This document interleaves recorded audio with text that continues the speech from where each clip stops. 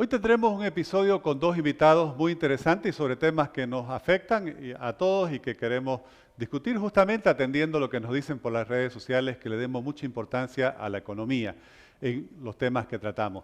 Con Augusto López Claro, un doctor en economía, hablaremos sobre estos índices que hay a nivel internacional y que miden el nivel de condiciones que ofrece un país tanto para desarrollarse como para hacer negocios. En un caso, el índice global de competitividad y en otro caso, el reporte sobre cómo hacer negocios en un país. También estaremos con Liliana Serrate hablando sobre la economía post-pandemia y de forma muy particular sobre lo que va a implicar estos cambios que está provocando la pandemia para el mercado laboral, que es algo que nos afecta y por lo tanto nos interesa a todos. Muchas gracias por seguirnos y espero que disfruten de este episodio.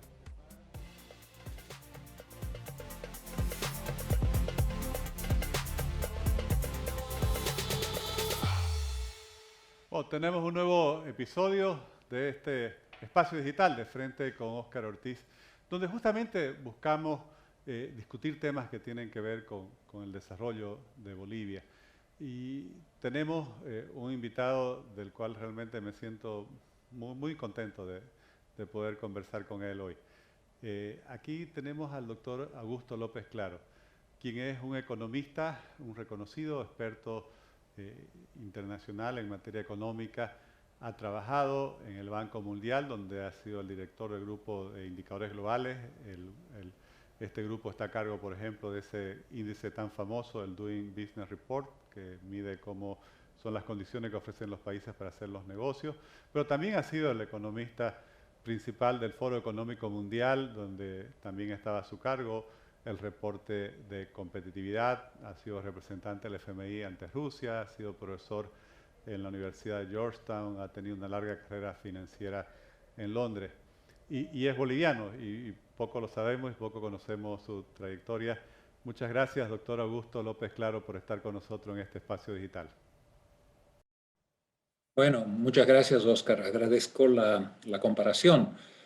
Doctor, realmente su trayectoria profesional a nivel internacional es impresionante y me parece un ejemplo para los jóvenes. Me gustaría, si quiere, antes de entrar en los temas de la entrevista, que nos cuente un poco cómo ha sido esta carrera tan amplia en la cual le ha deparado cargos tan importantes y su mensaje para los jóvenes bolivianos que buscan superarse, porque realmente me parece un ejemplo para ellos. Bueno, muchas gracias, Oscar. Agradezco la comparación. No sé si es merecida, pero bueno, de todas maneras, encantado de contestar su pregunta. Yo creo que en mi formación tuvieron obviamente un impacto algunas cosas particulares a mi familia, ¿no? Yo tenía dos padres que desde siempre valoraron mucho la educación y una experiencia transformadora que yo tuve a los 12 años era que mi padre, muy frustrado con la situación en el país y en particular algo que era muy habitual en aquella época era que era clausurar el año escolar. Había algún problema con los maestros, había algún conflicto de tipo laboral y los gobiernos simplemente en el mes de, qué sé yo, julio, clausuraban el resto del año escolar. Y mi padre estaba muy preocupado por las implicaciones que esto iba a tener para mi formación. Entonces, a los 12 años me llevó a Alemania y me dejó en un internado allá. Había un colegio muy famoso y para mí eso fue una experiencia muy importante porque digamos, me abrió los ojos a lo que era una buena educación. La escuela era excelente y aunque yo, porque tenía 12 años, no me acostumbré y, y después de algunos meses um, regresé con una visión diferente de lo que podía ofrecer la educación. Y al poco tiempo, a los 2, 3 años más tarde, en lugar de regresar a Alemania, me fui a Estados Unidos para hacer la universidad y para continuar mi carrera, digamos, primero como matemático, que esa fue mis primeros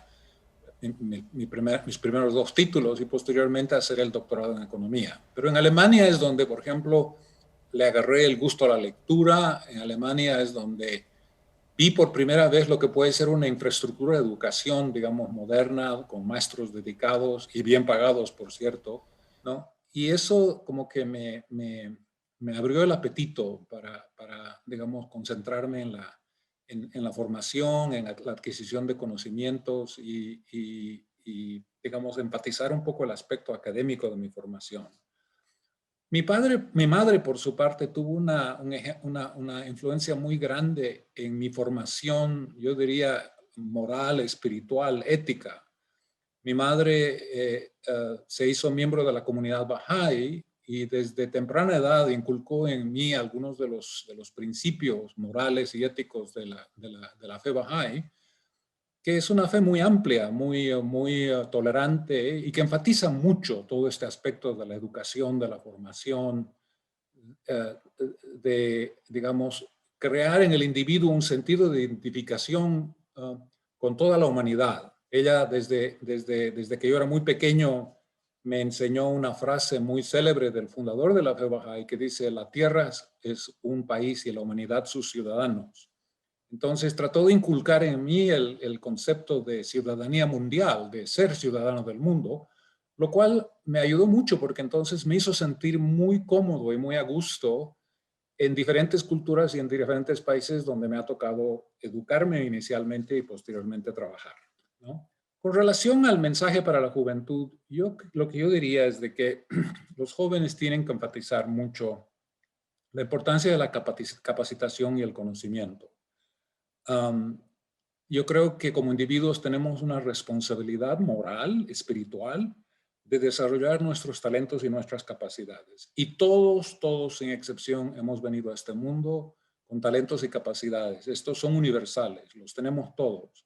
Es cierto, varían, unos tenemos talentos para la música, otros somos buenos para las matemáticas, unos tenemos habilidades manuales, otros tenemos habilidades artísticas, pero digamos, todos de alguna manera estamos capacitados para aprender, para conocer y en última instancia para servir a la humanidad. Yo creo que la motivación que impulsa a uno es muy importante. Hoy en día, lamentablemente, buena parte de nuestra juventud está motivada por el dinero, está motivada por la fama, está motivada por el deseo de sobresalir sobre otras personas. Y yo creo que todas esas son motivaciones que eventualmente llevan a la infelicidad. Cuando uno está motivado por un deseo de servir a la humanidad a través del trabajo, a través de lo que uno sabe, entonces eso crea un contexto que yo creo que es mucho más saludable para el trabajo y para la superación personal. Sí, doctor, esa cultura justamente de estudio, de trabajo, de superación es algo que obviamente ha marcado su vida y creo que marca el camino de la gente que llega lejos. Se me pasó a mencionar que usted, por ejemplo, se formó en la Universidad de Cambridge y obtuvo su doctorado en la Universidad de Duke, que son de las mejores del mundo. Y hablando del mundo, usted ha tenido en su carrera profesional un espacio privilegiado como el economista principal del Foro Económico Mundial y en él estaba a cargo de este índice de competitividad que por lo menos a nivel internacional se lo toma muy en cuenta. Le comento que en Bolivia este fue un concepto de la competitividad que hace muchos años se trabajó, pero después se abandonó. Me gustaría un poco que nos explique su concepto de lo que significa la competitividad de un país y de su importancia para que un país pueda prosperar y desarrollarse. Sí, cómo no, con mucho gusto, Oscar. La forma en la que nosotros desarrollamos en el foro en Ginebra, me tocó vivir muchos años en Suiza porque es la base del Foro Económico Mundial, nosotros pensamos que todos aquellos factores, instituciones y políticas que de alguna manera contribuyen a fortalecer la productividad de un país, y que eventualmente, como consecuencia de mejorar la productividad, ellos contribuyen a un mayor crecimiento económico, esos son los países que son competitivos, ¿no? Cuando hay una especie de convergencia, de buenas políticas, de instituciones que funcionen, ¿no? Entonces vemos que estas en última instancia se manifiestan en un aumento de la productividad y estas a su vez se ven reflejadas en un mayor crecimiento económico. Ahora bien, ¿cuáles son algunos de estos factores, instituciones y políticas, ¿no?, que hacen esta contribución a la productividad y eventualmente al crecimiento económico? Bueno, acá hay muchas cosas, ¿no? La estabilidad macroeconómica, por ejemplo, es muy importante. Es necesario tener un buen manejo de la política fiscal. No hay muchos ejemplos de países que tienen crecimiento económico sostenido en un contexto de altas tasas de inflación. Digamos, tener una base sólida de estabilidad a nivel macroeconómico es muy, muy importante para establecer digamos, un proceso de crecimiento sostenido. Obviamente, la calidad de las instituciones públicas es muy, muy importante. Digamos, funciona el sistema judicial en una forma razonablemente transparente y eficiente, o es que cuando un empresario tiene un problema que requiere acceder al sistema judicial es necesario dar sobornos y los jueces están, digamos, en venta, como ocurre en muchos países, lamentablemente. Dentro de ese espectro, ¿no?, entre un sistema judicial donde la justicia es transparente y es independiente y un sistema donde los jueces están en venta, eso tiene implicaciones dramáticas en lo que se refiere a la productividad y eventualmente al crecimiento económico. ¿Están los países invirtiendo recursos adecuados en educación, en capacitación de la fuerza de trabajo y de la juventud? ¿Sí o no? Hay países que dedican recursos importantes a este rubro y esos países muchas veces han despegado. Corea, por ejemplo, Corea del Sur, por cierto, es un país que en los años 50 tenía una situación geopolítica muy complicada. Acababa de salir de una guerra que había dividido el país. Corea no tiene recursos naturales, no es rico en petróleo, no es rico en commodities, pero allá los líderes políticos se dieron cuenta de que si dedicaban los recursos que tenían a la educación y a la capacitación, esta podía ser, digamos, un trampolín para el crecimiento. Y bueno, miren ustedes, Corea hoy en día es una potencia económica mundial y tiene una huella enorme, digamos, en la economía del mundo.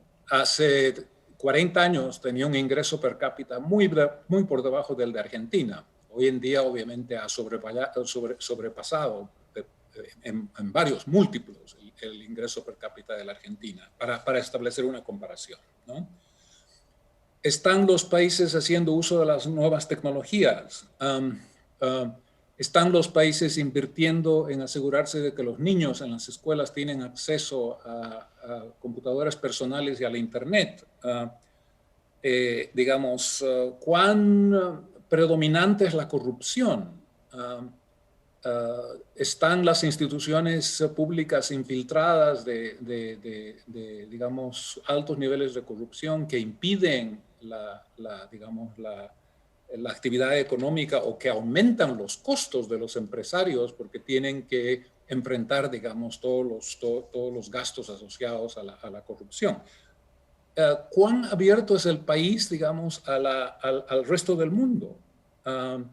Están las políticas públicas fomentando la integración de los mercados del país con los mercados del resto del mundo. Les doy estos ejemplos simplemente para ilustrar, hay muchos otros, ¿no? Pero todo esto le va dando a usted una idea de cuáles son aquellos factores, políticas e instituciones que nosotros contabilizamos, cuantificamos en nuestro índice de competitividad. Y en aquellos países en los que estas cosas marchan bien, en las que se invierte en educación y donde hay una política macroeconómica coherente, esos son los países más competitivos del mundo. Así es. Doctor López, y pocas personas han de haber tenido la posibilidad que usted ha logrado en su carrera profesional de haber tenido a su cargo dos de los principales índices que a nivel mundial se toman en cuenta para medir justamente el desarrollo de los países y las políticas públicas que son necesarias para mejorar sus niveles, sus condiciones para desarrollarse. Usted también trabajó en el Banco Mundial y estaba a cargo de este otro índice, el Doing Business, haciendo negocios, el reporte sobre hacer negocios en un país. Y también quisiera pedirle si por favor pudiera compartirnos su experiencia qué es lo que mide este otro reporte y cuál es su trascendencia para el progreso de una nación. Mire, este informe nació de algo que aprendimos en el Banco Mundial hace mucho tiempo, ¿no? Y es de que en forma creciente el empleo y la actividad económica está en manos del sector privado. A nivel global, 90% de todos los empleos que existen en el mundo son empleos en el sector privado. El sector privado es la base del crecimiento económico y es muchas veces el motor del crecimiento económico. Entonces, en el Banco Mundial, hace más de una década, casi hace 20 años, ¿no? Se hizo un esfuerzo para, de alguna manera, medir la forma o la medida en la que los países estaban creando un contexto favorable para la actividad económica del sector privado. ¿Ya?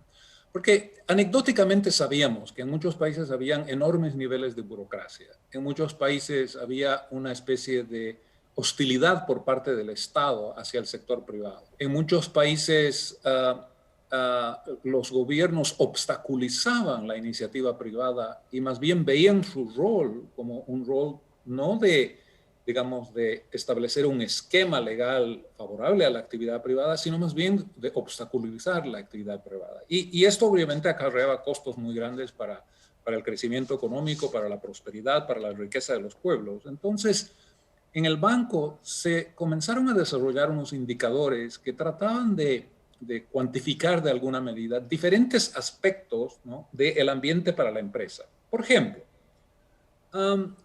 ¿cuán difícil es empezar una empresa, abrir un pequeño negocio? ¿Cuántos procedimientos toma? ¿Cuántos días toma establecer una pequeña empresa? ¿Cuál es el costo asociado? Cuando comenzamos a recolectar datos para muchos países, nos dimos cuenta de que en algunos países podía tomar 30 pasos, 30 procedimientos diferentes, podía tomar 8 meses y podía costar, digamos, una cantidad enorme de dinero. Y entonces, en esos países, ¿qué es lo que estaba ocurriendo? Que se abrían muy pocas empresas, los empresarios optaban por la informalidad porque era tan costoso, digamos, trabajar en un esquema de apertura y de legalidad. Y cuando hay mucha informalidad, obviamente el Estado se ve limitado por el lado tributario, no puede captar los recursos tributarios para financiar gastos, etc. Se crea toda una serie de círculos viciosos que obstaculizan el crecimiento económico y la prosperidad. Entonces, en el banco se comenzaron a desarrollar como una docena de indicadores que captaban diferentes aspectos de este ambiente para la empresa. Un indicador medía, digamos, todos estos aspectos que he mencionado, como lo que es necesario para abrir una empresa.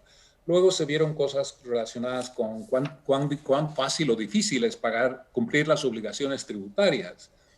¿Qué acerca sobre registrar una propiedad? ¿Qué acerca sobre obtener un permiso para la construcción? ¿Cómo funciona el sistema judicial? ¿Qué es lo que es necesario hacer para hacer cumplir un contrato? Esto es muy importante. Si usted está haciendo negocios en un país y supongamos que tiene un desacuerdo legal con un proveedor, usted ya le ha pagado al proveedor y el proveedor no le ha entregado los insumos que le debe y hay un contrato detrás de esta transacción y hay que hacer cumplir el contrato a través del sistema judicial. Hay países donde esto se puede hacer en 4 meses. Hay países donde toma 5 años, ¿me entiende? Y esto tiene implicaciones dramáticamente diferentes para la competitividad y para la productividad y para la habilidad de la empresa privada de florecer o de no florecer. Entonces, una vez que se elaboraron, se construyeron estos indicadores, se construyó un índice y anualmente el Banco Mundial hace un ranking de los países, ¿no? Y bueno, eso a su vez nos permite hacer comparaciones muy interesantes. Por ejemplo, descubrimos de que en Nueva Zelanda las autoridades han creado un sistema mediante el cual crear una empresa nueva requiere un procedimiento toma medio día, ¿ya? Y tiene un costo básicamente gratuito, ¿ya? Es decir, no cuesta nada, ¿no? Entonces, se da cuenta. Hay, sin embargo, países, podría dar el ejemplo de Bolivia, donde, de acuerdo al último informe, toma 12 procedimientos, toma casi 40 días, y el costo es de como $1,400, que es un monto, una suma de dinero importante en un contexto boliviano de un país, digamos, de escasos ingresos, ¿no es cierto? Así, doctor Entonces, López. entre estos dos extremos, Nueva Sí, Zelanda por una así es. parte y Bolivia por otra, nosotros podemos ver, ¿no?, el rol que el Estado puede jugar en fomentar el emprendimiento o obstaculizar el emprendimiento. Y como consecuencia de eso, entonces, hay unos costos muy serios, ¿no?, para la empresa privada y en última instancia para el país, ¿no? Y Entonces, justamente, este doctor, informe ha sido muy si me exitoso, permite, no solamente sobre... porque da un banco de datos muy rico, sino que nos permite identificar dónde están las mejores prácticas del mundo. Esa es la ventaja de un ranking, que cuando uno mira a los 10 o 15 o 20 países que están encima, ¿no?, entonces uno inmediatamente puede decir, ajá, estos son los países donde las autoridades de alguna manera están fomentando el emprendimiento y facilitando la actividad de la empresa privada, ¿no? Y luego lo que ha ocurrido desde luego en el banco es de que como consecuencia de los rankings, entonces los países han implementado literalmente en los últimos años cientos de medidas para ir mejorando digamos, su comportamiento, para ir desmontando muchas de las reglas absurdas que hay en el país, ¿no? Yo me acuerdo haber dado una charla en Moscú hace, no me acuerdo, hace unos 5 o 6 años, ¿no? Invitado en un congreso para hablar sobre el informe de Doing Business en el caso específico de Rusia. Y me acuerdo que para sacudir un poco a la audiencia, quise darles un ejemplo de su propio país, ¿no? Y les mostré los datos de uno de los indicadores de Doing Business, que es qué es lo que es necesario para obtener un permiso para hacer una construcción en Moscú. Y entonces les mostré en unas diapositivas los 57 procedimientos que es necesario cumplir en Moscú en esa época para obtener un permiso de construcción. ¿Por qué? Y el tiempo que toma, ¿no?, para cumplir cada uno de estos 57 procedimientos. ¿Por qué ellos en última instancia toman 18 meses y el costo obviamente es astronómico, ¿no es cierto? Entonces, ver esos datos con un detalle tan fino, ¿no?, es algo que sacudió a la audiencia y sacudió a las autoridades. Y yo le aseguro, hoy en día obtener un permiso de construcción en Moscú es mucho más rápido, toma menos procedimientos, es mucho menos costoso, ¿no? Y eso es la virtud del informe de Doing Business, ¿no?, que permite hacer estas comparaciones, a veces un poco dolorosas, entre países, y eso a su vez da un incentivo para que los países traten de mejorar su rendimiento y hagan progresos, ¿no? Gracias, doctor López Claro. Realmente nos enriquece muchísimo todo lo que usted nos transmite. Nos hemos quedado un poquito corto de tiempo, pero me gustaría comprometerlo a que una siguiente oportunidad vamos a analizar, como usted nos contaba que hizo con el caso de Rusia, estos indicadores para el caso de Bolivia, que yo sé que aunque usted ha desarrollado su carrera en el exterior, está permanentemente siguiendo nuestra realidad. Así que vamos a coordinar para que podamos trabajar tanto sus conceptos sobre cómo está catalogado nuestro país, tanto en materia de competitividad como de las condiciones para hacer negocio.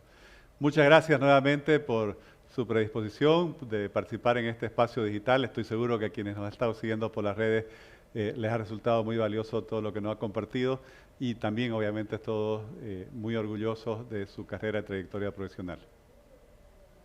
Muchas gracias, Oscar. Un gusto. Gracias.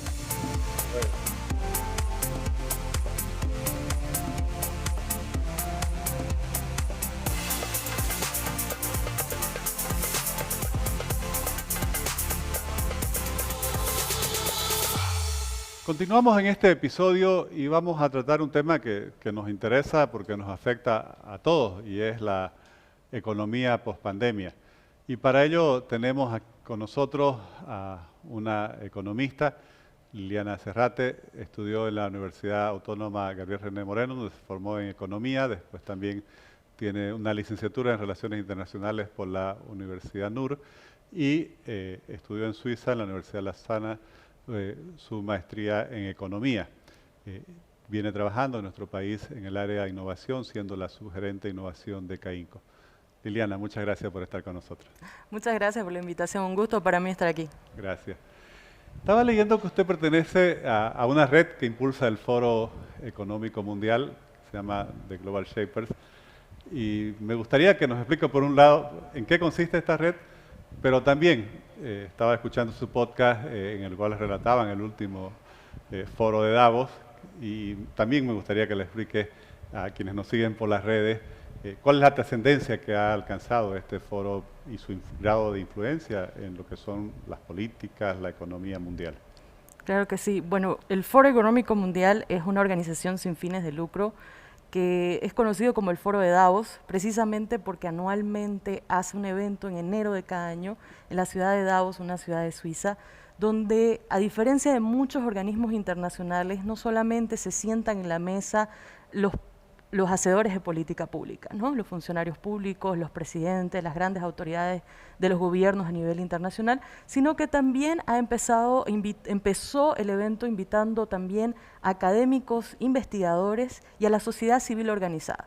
Esa es la diferencia que ha hecho el Foro de Davos y ha empezado a generar corrientes económicas y corrientes de opinión desde 1971 que implementa esta forma de diálogo entre el sector público, el sector privado y la sociedad civil. Y tienen una estrategia de accionar que está basada en esta frase que se dice pensar global, pero actuar local. Y su estrategia que han utilizado para poder cumplir con esas frases, básicamente formar grupos de voluntarios en diferentes niveles de edades para poder llegar a los rincones del mundo, ciudades de diferentes partes y continentes, con sus conceptos y con su ideología del triple impacto, la sostenibilidad y el desarrollo económico. Uno de esos grupos que se conformó fue Global Shapers. Ya van como 10 años que están actuando en más de 147 ciudades alrededor del mundo. Están en ciudades como París, Toronto, las ciudades capitales a nivel mundial. Y nosotros en Santa Cruz, con un grupo de jóvenes, logramos traer Global Shapers a la ciudad de Santa Cruz a final del 2019. Estábamos empezando con todas las ganas. Y bueno, el 2020 ha sido un año atípico, nos llegó con toda la pandemia también. Pero hicimos lo posible para, de manera digital, apoyar a la ciudad. ¿Y cuáles son sus objetivos, sus actividades? Ya, Global Shapers como comunidad siempre tiene un impacto en la ciudad donde trabajan. Entonces, sí, el impacto tiene que ser en la ciudad. Nosotros en Santa Cruz, el equipo eligió trabajar en 4 áreas específicas. Medio ambiente, porque consideramos que la sostenibilidad, no por nada tenemos grandes activistas muy jóvenes, que están trabajando en este tema a nivel mundial. El segundo, el tema de políticas públicas y mercados laborales del futuro, porque es un tema que atañe sobre todo a los jóvenes, ¿no? Las políticas públicas para generar oportunidades en el mercado, educación, porque es uno de los temas en los que consideramos que no solo en nuestro país, sino a nivel mundial, ha habido un impacto del COVID que realmente ha cambiado la forma en que nos educamos. Y el último tema que trabajamos es género e inclusión, porque es un tema que en América Latina aún necesita apoyo de la sociedad civil. Lo que hacemos en estos 4 temas es organizar actividades y proyectos en los que buscamos involucrar actores, que pueden ser empresas, sector público, incluso otras organizaciones, para poder en conjunto generar un impacto positivo en nuestra ciudad. Nuestro campo de acción, como le digo, es la ciudad de Santa Cruz de la Sierra. Liliana, el presidente del Foro Económico Mundial, Klaus Schwab, ha publicado recientemente un libro, bueno, hace algunos meses en medio de la pandemia, que lo tituló The Great Reset. Bueno, todos sabemos que es un reset, ¿no? No nos funciona la computadora, apretamos el botón para que apague, encienda de nuevo y a ver si funciona. Creo que en español lo han traducido como el gran reinicio. Yo sé que usted sigue permanentemente todo lo que se publica de este foro y me gustaría mucho, porque justamente lo que queremos conversar con usted es la economía post-pandemia, que nos cuente mucho qué es lo que viene. A mí me impresionó mucho que en la introducción del libro el autor dice que nunca más volveremos a la normalidad tal cual la conocíamos antes de la pandemia. Entonces, concentrándonos en el campo económico, ¿qué es lo que viene, Liliana? Ese libro, yo coincido con usted, es bastante fuerte para el análisis de la economía post-pandemia. Se escribió en julio de 2020, fue un periodo bastante difícil. El Foro Económico inició analizando sobre todo el impacto en los temas educacionales, que era lo que más le preocupaba, y la salud, obviamente por el contexto en el que estábamos de la cuarentena rígida en muchos países. Pero en el contexto económico, ya desde mi lado como economista, la mayoría de los economistas en julio de 2020 seguíamos trabajando sobre cuál iba a ser el impacto de la pandemia. ¿Iba a ser esto una L, una W, esto iba a ser una B chica? ¿Cómo iba a ser la crisis y cuándo íbamos a salir? Pero poco análisis había aún en el contexto internacional respecto a los efectos sociales desde el punto de vista de las actividades que se tienen que hacer para volver a la normalidad si era posible. Ahí aparece este libro, El Gran Reinicio, que básicamente lo que hace el autor, el presidente y fundador del Foro Económico Mundial, es establecer que este es un periodo sui generis de la economía y de la historia, ¿no? Para nosotros como sociedad civil, porque es el único periodo en la historia moderna en la que nos podemos sentar a pensar cómo reestructurar el sistema productivo de tal manera que la sostenibilidad y las desigualdades sean temas que pongamos en la mesa, no solo para el sector público, sino para el sector privado.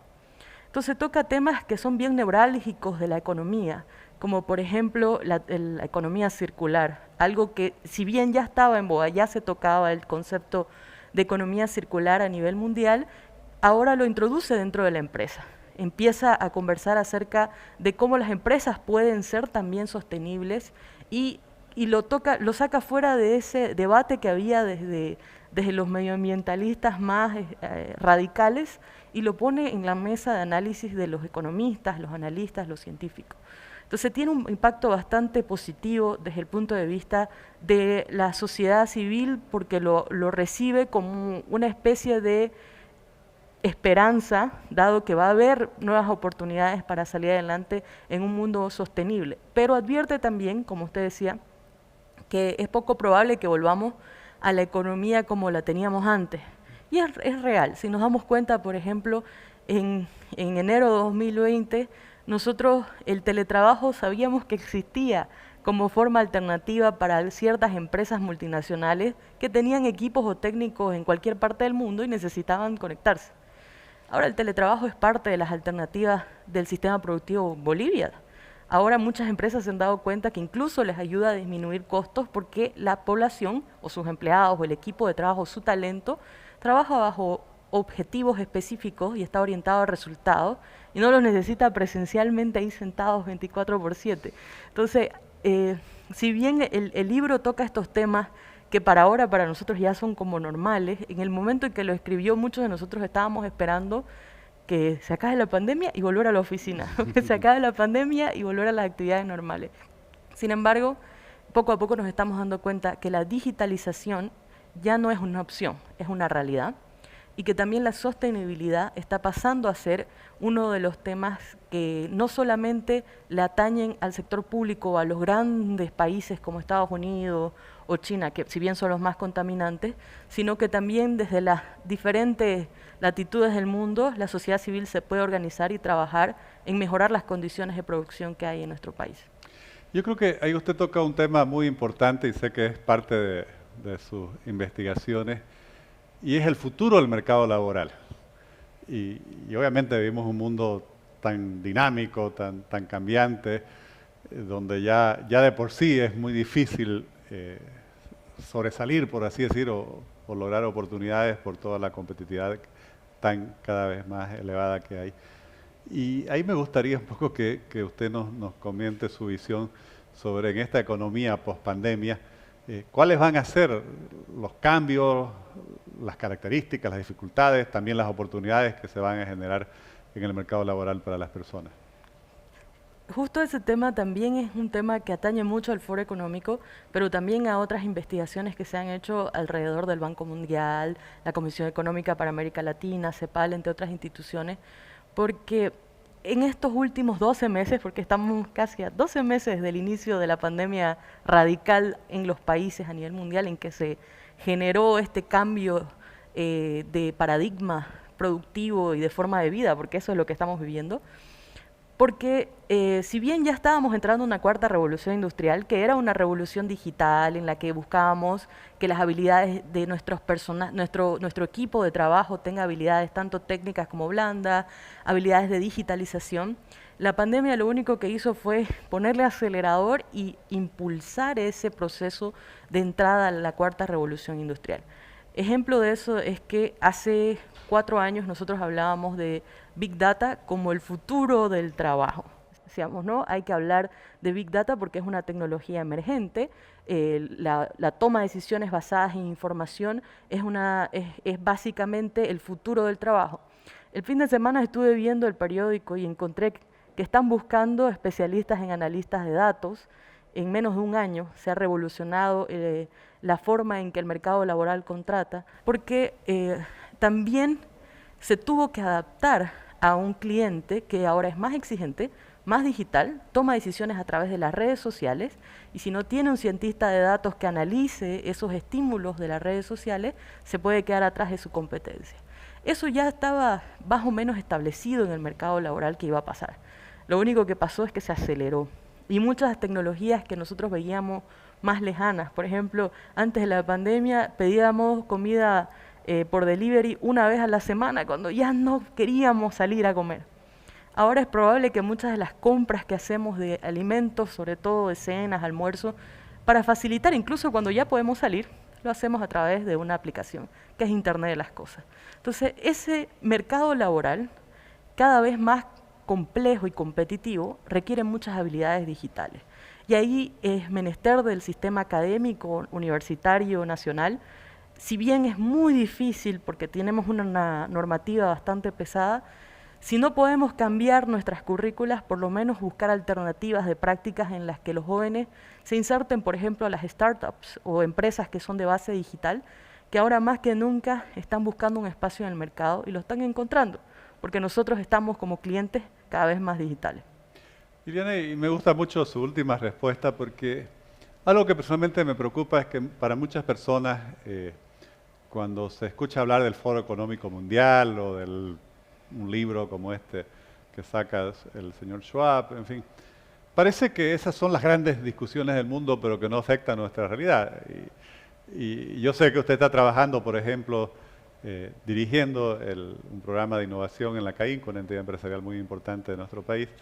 Y justamente me gustaría preguntarle, ¿cómo aterrizamos todas esas grandes discusiones a nuestra realidad y también para ayudar a las personas, a las empresas, al país en su conjunto, a enfrentar todos estos cambios que se están dando en el mundo? Si bien es un poquito complejo, como decía, en el sistema educativo, sobre todo en nuestro país, en las universidades públicas y privadas, que son los que deberían responder automáticamente a los cambios del mercado laboral, tenemos un sistema un poquito más lento en el sentido de que está todo el marco normativo por detrás que lo hace el proceso bastante complicado. Sin embargo, ¿qué he visto que han hecho otras economías que no son tan lejanas a la nuestra, ¿no? Países latinoamericanos? No pueden cambiar las currículas normales, no pueden cambiar una carrera de, no sé, pueden crear de la noche a la mañana una carrera de cientista de datos en vez de ingeniero de sistemas, pero lo que hacen es complementan su formación con bootcamps o capacitaciones o formación en línea, que ahora es imposible que los estudiantes no estén acostumbrados a la formación en línea. Entonces, complementan y al mismo tiempo mejoran su portafolio de ofertas, porque es muy probable que ahora los padres, dado las preocupaciones que hay en el mercado laboral, opten por inscribir a sus hijos a capacitaciones como robótica, inteligencia artificial, Internet de las Cosas. Hay niños que están aprendiendo a programar desde los 8 años y esos van a ser los primeros en entrar al mercado laboral. Para eso también es un espacio para las startups. Incluso, y aprovecho para comentar, en Santa Cruz Innova, que es el departamento de innovación de CAINCO, nosotros tenemos una aceleradora de startups, que ya la teníamos en el 2019, estamos empezando, en plena pandemia nos tocó afrontar el nuevo normal y hemos digitalizado todo nuestro proceso para poder llegar a las diferentes latitudes del país. Y hay startups que trabajan específicamente con educación para niños y educación para jóvenes en estas habilidades STEM, que son las habilidades de ciencia, tecnología, ingeniería y matemáticas. Y les está yendo muy bien porque el mercado requiere que los jóvenes se preparen para el nuevo normal. Entonces, y los padres lo están percibiendo también. Por otras razones también, porque no pueden salir los chicos tantos como antes, es mejor tenerlos capacitados en casa. Oye, los padres tenemos que prepararnos también. Claro, ¿no? También, claro que sí. Y esas son dos alternativas interesantes, ¿no? Las startups como oferta para las empresas grandes también y para el mercado, para los jóvenes, y la educación tradicional que pueda flexibilizarse para poder alcanzar al mercado laboral, que esa es como una brecha que tenemos y que hemos tenido hace muchos años nosotros los bolivianos, ¿no? Bueno, ya estamos terminando este segmento. Este es un espacio digital, está hecho para que nos sigan por las redes sociales y es el único canal que tenemos, las redes sociales, y está teniendo muy buenas respuestas. No quería terminar esta entrevista porque sé que usted con otros jóvenes bolivianos ha lanzado un podcast, Pandemials, me llamó mucho la atención. Escuché, le cuento un episodio, me gustó mucho, pero quería también que aproveche este espacio para contar sobre el podcast que han lanzado y qué temas toca. Buenísimo, muchísimas gracias. Me gusta mucho trabajar en Pandemials. Pandemials es un proyecto de comunicación que hacemos con dos jóvenes investigadores, Ian Miranda y Juan Pablo Saucedo, con el objetivo de brindarle a los jóvenes bolivianos información que ya tenga ese análisis respecto a la agenda internacional. Nos hemos dado cuenta que hay mucha información en las redes, pero de esa información, el análisis, la trazabilidad, el origen de los problemas, que no solamente nos cuenten las guerras, sino nos cuenten por qué están por detrás, que no nos cuenten los cambios del sistema internacional, sino que nos cuenten por qué se generaron. Entonces eso es Pandemials y los invitamos a los que estén interesados en conocer un poquito acerca de la política internacional, economía y eventos sociales internacionales que afectan a Bolivia, porque realmente vivimos en un mundo globalizado, que nos sigan en Spotify, y en nuestras redes sociales, en Facebook y en Instagram, vamos a tener mucha información completamente gratuita para jóvenes y para todos aquellos que estén interesados en conocer más acerca del escenario internacional. Bueno, felicidades por todo el trabajo que estás realizando, es muy valioso, muy importante, y muchas gracias por haber aceptado esta invitación. Muchísimas gracias a usted. Gracias.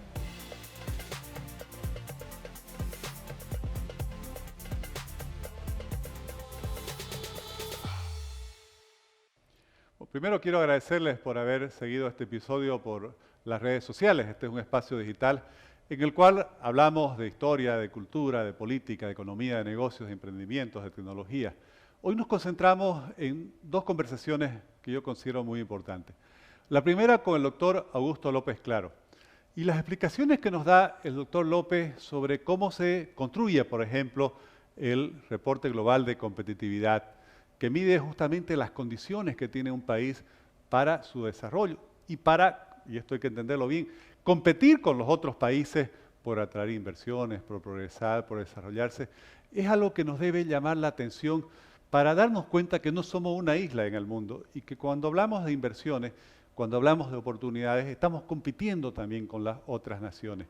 Lo mismo pasa con el otro reporte, del cual el doctor López Claro, un boliviano que ha trabajado en puestos tan importantes en organismos como el Banco Mundial, el Foro Económico Mundial y el FMI, también fue responsable. El índice de hacer negocios justamente compara las condiciones que ofrece cada país para que se hagan los negocios. Y aquí debemos darnos cuenta de algo.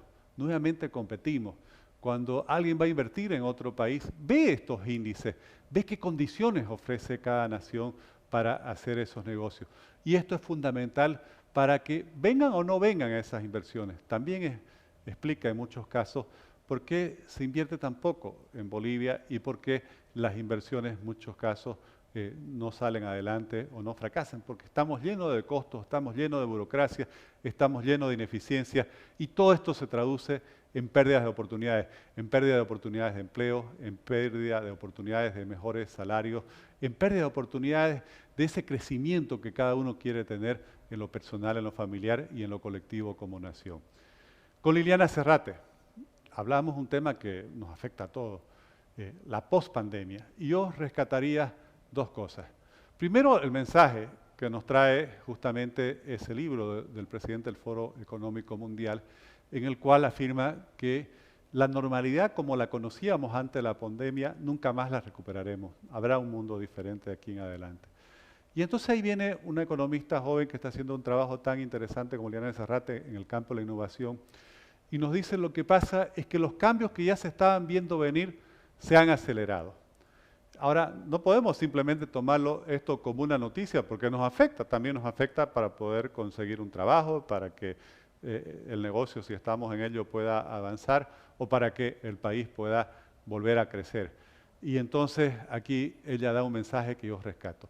Si hay algo que concentrarse en los próximos años es en la educación de nuestros niños, en la educación de nuestros jóvenes y también, yo digo, en la educación de los adultos, porque todos vamos a tener que hacer justamente, como dice el título de ese libro, un reset, entender de que hoy tendremos una economía mucho más digitalizada y por lo tanto los trabajos y las oportunidades que tengamos para conseguir empleos, y eso dependerá obviamente también de cómo nuestras empresas se adapten a esta nueva realidad, van a pasar por esa economía cada vez más digital. Les agradezco mucho por habernos acompañado en este episodio. Espero que nos sigan enviando sus sugerencias, sus comentarios por las redes sociales, porque nosotros las miramos y justamente son la base sobre la cual programamos el contenido de los futuros episodios. Muchas gracias.